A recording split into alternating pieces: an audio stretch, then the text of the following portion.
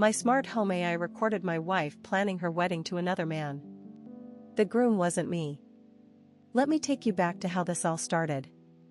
2 years ago, I surprised Sarah with the ultimate tech upgrade, a full smart home system. Alexa in every room, smart cameras, the works. She called me her tech genius husband and said it made her feel so safe when I traveled for work. I thought I was being the perfect provider. We'd been married for 6 years, and honestly, life felt perfect. Sarah worked as an event planner, so she was always on calls about weddings and parties. I loved hearing her get excited about centerpieces and venues when I came home. She had this passion that just lit up the room. Another bridezilla today, she'd laugh, rolling her eyes. Can you believe she wants ice sculptures in July? I'd kiss her forehead and say, good thing our wedding was simple. She'd always get quiet after I said that. But I didn't think anything of it. Sarah had always been a little reserved about our past. We'd eloped in Vegas, nothing fancy, just us and an Elvis impersonator. She said she didn't need all the drama of a big wedding. The first weird thing happened 3 months ago. I came home early from a business trip, and Sarah was on the phone in our bedroom with the door closed. Nothing suspicious, except she was whispering. Sarah never whispered. The venue looks perfect, I heard through the door. He's going to love it. When I walked in, she hung up instantly. Work call, she said, not meeting my eyes. Difficult client. The second sign was the dress shopping.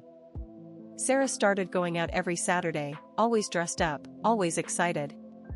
She said she was helping her sister find bridesmaid dresses. For what wedding? I asked. Oh, just in case.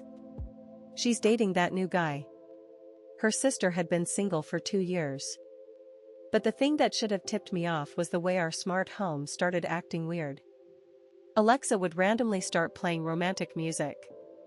The lights would dim to mood lighting when I wasn't even home.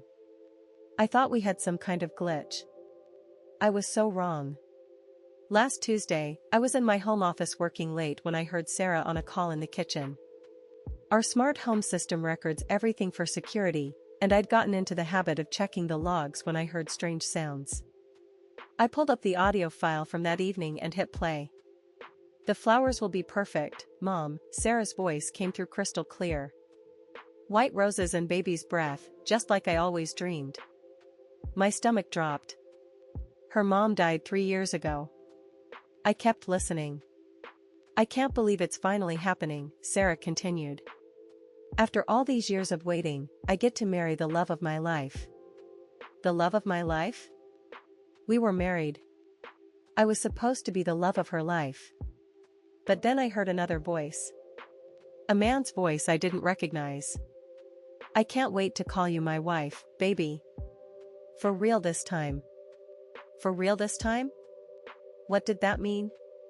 I scrolled through more audio files, my hands shaking. There were dozens of recordings over the past 6 months. Sarah talking about venue bookings, dress fittings, catering menus. All for a wedding. All for a wedding that wasn't our anniversary party. In one recording from last month, I heard her say, I feel so guilty lying to him, but he'd never understand. He thinks we're actually married. He thinks we're actually married. I ran to our filing cabinet and pulled out our marriage certificate from Vegas. I stared at it for 10 minutes before I saw it. The signature at the bottom wasn't the Elvis impersonator we'd hired. It was someone named Dave Wilson, wedding photographer. Our entire marriage was fake. I sat on our kitchen floor and listened to 6 months of audio recordings.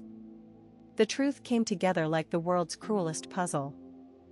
Sarah had been engaged to someone named Marcus for 8 years.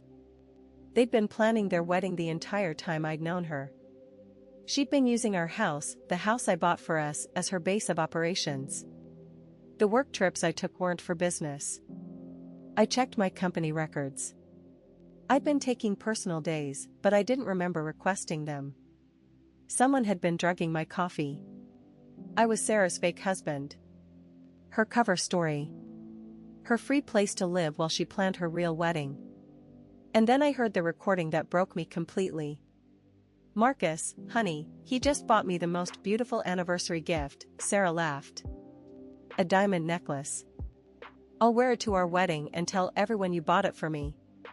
The necklace I'd saved for 3 months to buy her. The one she'd cried over and said was the most thoughtful gift she'd ever received. I couldn't breathe. I couldn't think. 6 years of my life had been a complete lie. But I wasn't going to let her get away with it. I spent the next week planning. If Sarah was good at fake weddings, I was about to become excellent at real justice. I hired a private investigator and a lawyer. I gathered every audio recording, every piece of evidence.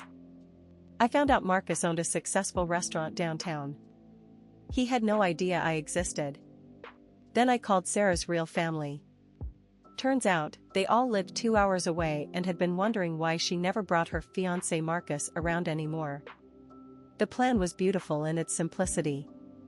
Sarah's fake wedding to Marcus was scheduled for this Saturday at the Riverside Country Club.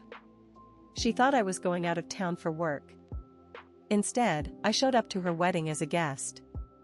I walked into that beautiful venue she'd planned so carefully, wearing my best suit, and took a seat in the back. Sarah looked stunning in her white dress, the one she'd told me she was helping her sister pick out. When the officiant asked if anyone had objections, I stood up. I do, I said, and the entire room turned to look at me. Sarah went white. Hi, Sarah, I said, walking down the aisle.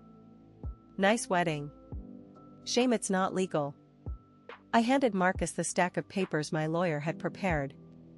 Congratulations, you're about to marry someone who's been committing fraud for 6 years. Marcus stared at the fake marriage certificate, then at Sarah, then at me. Who the hell are you? He asked. I'm her husband, I said. Well, I thought I was. Sarah started crying. Not the pretty tears of a bride, but the ugly, panicked sobs of someone whose entire world just collapsed in front of 150 wedding guests. I can explain, she whispered. Oh, you don't need to, I said. I have 6 months of audio recordings explaining everything.